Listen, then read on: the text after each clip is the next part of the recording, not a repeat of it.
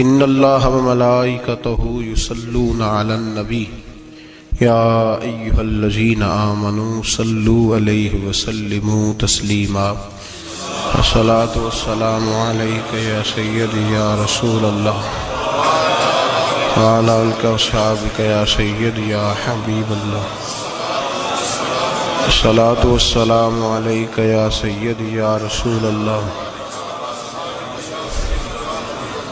اللہم صلی علی سیدنا و مولانا محمد معدن الجود والکرم وآلہ وصحبہ وبارک وسلم۔ تمام تعریفیں اللہ جل جلالہ کے لیے اور ہر قسم کے درود و سلام نبی اکرم نور مجسم شفیع معظم آقا کل ختم رسول دانا سبل احمد مجتبیٰ جناب حضرت محمد مصطفیٰ صلی اللہ علیہ وسلم کی ذات والا صفات کے لیے حمد و صلوات کے بعد آج کے ہمارے جو جدید مسائل ہیں اور جن چیزوں کا بڑی کثرت کے ساتھ روزمرہ کی زندگی میں ہمیں دیکھنے سننے کو ملتی ہیں، وہ یہ ہیں کہ طلاق بڑی کثرت سے ہونے لگی ہے۔ اس کثرت کے ساتھ طلاق ہونے لگی ہے کہ صبح سے شام تک درجنوں لوگ اگر بات کرتے ہیں تو ان میں سے کثرت ان لوگوں کی ہوتی ہے جو طلاق کے بارے میں بات پوچھتے ہیں۔ طلاق شریعت نے اس کو جائز رکھا ہے، جب میاں بیوی کا نبھانا ہو، ان کے رشتے کو توڑ دیا جائے اور طلاق ہو جائے، اس کو شریعت نے جائز رکھا ہے۔ لیکن میرے نبی کریم صلی اللہ علیہ وسلم نے فرمایا یہ وہ والا جائز کام ہے جو جائز تو ہے پر اللہ کو پسند نہیں ہے، جائز لیکن مالک اس کو پسند نہیں فرماتا۔ بڑی تیزی کے ساتھ گھر ٹوٹنے لگے۔ کچھ طلاقیں تو ایسی ہیں جو شادی کے کچھ عرصے کے بعد ہی ہو جاتی ہیں، اور ایسا بھی ہم نے دیکھا ہے کہ 5 بچوں کے بعد بھی طلاق ہو گئی۔ وہ پھول سی کلیاں جو ابھی پوری طرح مہکنا بھی نہ سیکھ پائی تھیں کہ وہ مسل دی گئیں، بچے بکھر گئے۔ کوئی ماں کے ہوتے ہوئے بھی بغیر ماں کے زندگی گزار رہا ہے، اور کوئی باپ کے ہوتے ہوئے بھی یتیموں جیسا وقت گزار رہا ہے۔ ہم نے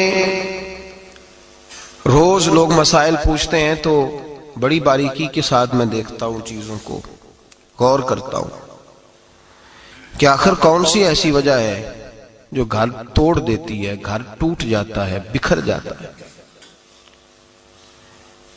ہمارا رب ہم پہ سب سے زیادہ رحمت کرنے والا ہے، ہمارے نبی پاک صلی اللہ علیہ وسلم سب سے زیادہ اپنی امت کا خیال فرمانے والے۔ اللہ اور اس کے رسول صلی اللہ تعالی علیہ وسلم نے کسی چیز کو بنانے کی اہمیت تو بیان فرمائی ہے، لیکن توڑنے کو پسند نہیں کیا۔ فرمایا لا يدخل الجنۃ قاطع، رشتے توڑنے والا اللہ اسے جنت میں داخل نہیں فرمائے گا۔ توڑا نہ کرو، جوڑا کرو، توڑا نہ کرو، جوڑا کرو۔ روز گھر ٹوٹتے ہیں، بکھرتے ہیں، اور تاریخ بتلاتی ہے کہ یہ ٹوٹے ہوئے گھر اتنی تکلیف کا باعث بنے کہ ان کے اثرات صرف 2 لوگوں تک نہیں رہے بلکہ کئی خاندانوں کو انہوں نے اپنی لپیٹ میں لیا۔ گھر کیوں ٹوٹتے ہیں؟ قرآن مجید فرقان حمید سورہ نساء کی آیت نمبر 19 اللہ فرماتے ہیں وَعَاشِرُوهُنَّ بِالْمَعْرُوفِ، عورتوں کے ساتھ بھلائی والا معاملہ کرو، معروف والا معاملہ کرو۔ فَإِن كَرِهْتُمُوهُنَّ، اور اگر تمہیں ان کی کوئی عادت ناپسند ہو، فَعَسَىٰ أَن تَكْرَهُوا شَيْئًا، ہو سکتا ہے کہ کوئی چیز تمہیں ناپسند ہو۔ لفظ دیکھیے قرآن مجید کے، فرمایا اگر تمہیں ان کی کوئی عادت ناپسند ہو، کوئی چیز ناپسند ہو، تو ہو سکتا ہے کہ کوئی چیز تمہیں ناپسند ہو۔ وَيَجْعَلَ اللَّهُ فِيهِ خَيْرًا كَثِيرًا، اور اسی چیز کے اندر اللہ نے تمہارے لیے بہت زیادہ بھلائی رکھی ہوئی ہو۔ انداز دیکھیے سمجھانے کا۔ قرآن مجید نے اپنی معنوی تاثیر کے ساتھ چند جملوں کے اندر پوری زندگی کو سمو کے رکھ دیا۔ فرمایا فَعَسَىٰ، ہو سکتا ہے، کوئی ضروری تو نہیں نا کہ ان تکرہوا شیئا، کوئی چیز تمہیں مکروہ لگے، کراہت آئے۔ تکرہوا کا معنی کراہت آنا، تم بڑا سخت ناپسند کرو۔ وَيَجْعَلَ اللَّهُ فِيهِ خَيْرًا كَثِيرًا، اور اس میں ہی اللہ نے تمہارے لیے صرف خیر نہیں کہا، خیرن کثیرا، اللہ نے کثیر خیر رکھی بھی ہو۔ نبی پاک علیہ السلام نے فرمایا بعض اوقات انسان کی بیوی کا سلوک اس کے حق میں بہتر نہیں ہوتا، لیکن اللہ پاک اسی بیوی سے اسے فرما بردار اولاد عطا فرما دیتا ہے، صالح اولاد عطا کر دیتا ہے۔ اب فرمایا معروف کے ساتھ اس کے ساتھ اچھا سلوک کرو، گھر کو ٹوٹنے سے بچاؤ۔ قرآن و سنت نے ہماری جو رہنمائی کی ہے، پہلی بات تو یہ ہے کہ گھر وہ ٹوٹتا ہے جس کی بنیاد ہی صحیح نہیں ہوتی، جس کی دیواریں صحیح نہیں بنائی جاتی۔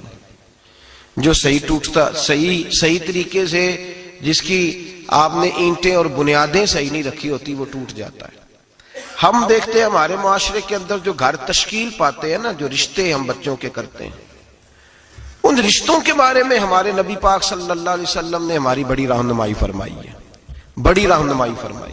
ہم جب رشتہ کرتے ہیں تو ہم جن چیزوں کو بنیاد بنایا جاتا ہے ان چیزوں کو ہم بنیاد نہیں بناتے۔ فقہ کے اندر ایک اصول ہے کفو کا، کہ جب آپ رشتہ کریں تو بچے کے مزاج کو، بچی کے مزاج کو سمجھیں، اس کے مطابق فیصلہ کریں۔ جب آپ رشتہ کریں تو ان کے سٹیٹس کو بھی، بہرحال بہت اونچے گھر کی بچی آپ لے آتے ہیں اور بچے کی وہ حیثیت نہیں تو بڑا مشکل ہو جائے گا ان کے لیے۔ آپ تھوڑا سا لیول کا بھی خیال کریں، آپ تھوڑا سا کفو کہتے ہیں اس کو، خاندانوں کی نوعیت کا، رہن سہن کا بھی کچھ تھوڑا خیال کریں۔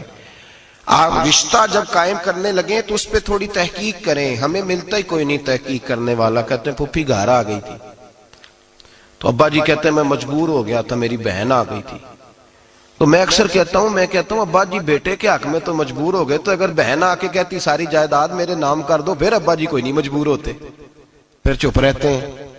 اس معاملے میں بچے کو جھونک دیا آگ میں، بالکل کوئی ان کا آپس میں معاملہ نہیں بنتا تھا۔ کہتے ہیں میرا بھائی آ گیا تھا۔ بھائی عجیب بات ہے، بھائی اگر آ کے آپ کو کہتا ہے کنویں میں چھلانگ لگاؤ تو آپ کہیں گے میرا بھائی آ گیا تھا تو میں نے خودکشی کر لی۔ بھائی کے لیے تو لوگ اپنی مطلب کا پیار اخذ کر لیتے ہیں اور باقی چھوڑ دیتے ہیں۔ رشتوں کا جو میرے محبوب پاک علیہ الصلوۃ والسلام نے ہمیں انداز دیا، اس انداز کو ہمیں سمجھنا چاہیے۔ اگر آپ ناراض نہ ہو جائیں تو ویسے 95% رشتے دولت کی بنیاد پہ ہوتے ہیں۔ کتنے؟ ناراض تو نہیں ہو گئے آپ لوگ؟ کہتے ہیں نہیں ہمیں ضرورت تو نہیں، پر ظاہر ہے بچے نے آنا جانا ہے، اس کے دوست بھی آئیں گے، گھر ان کا اچھا ہی ہو تو بہتر ہے، اچھا ہی ہو تو بہتر ہے، ہمیں ویسے کوئی ضرورت نہیں۔ مجھے تھوڑا سا پالا پڑا، 2-4 محبت والے دوست ہیں، رشتے کرنے کرانے والے، تو کسی مقصد کے تحت ان سے بات چیت ہوتی رہی تو میں نے ان سے تھوڑی تفصیلات پوچھی کہ لوگ کس طرح سے آپ کو کیا پیغام دے کے بھیجتے ہیں۔ تو انہوں نے کہا جی لڑکے والے یہ کہتے ہیں کہ ذرا خیال رکھنا ہمارے سٹیٹس کے مطابق ہو، تھوڑا اونچا بھی ہو تو چل جائے گا، خیر ہے، پہلا لفظ یہ ادا کرتے ہیں۔ اور لڑکی والے ہمیں کہہ کے بھیجتے ہیں، کہتے ہیں ذرا خیال رکھنا، ہم نے گاڑی بھی دینی ہے، ہم نے گاڑی بھی دینی ہے، اس کا بھی خیال رکھنا، یہ ذرا اشارتاً کنایتاً بات چھوڑ دینا گھر کے اندر لڑکے کے گھر میں کہ گاڑی دینی ہے ہم نے۔ ایک بڑی تصوراتی سی سادی سی بات ہے، اس کو سمجھ لیں، آپ سمجھ لیں۔ مجھے اگر کسی سے پتا چل جائے کہ فلاں آدمی میری جیب پہ نظر رکھتا ہے تو میرا اس کے ساتھ خلوص کا رشتہ رہے گا؟ مجھے پتا چل گیا اس کی نظر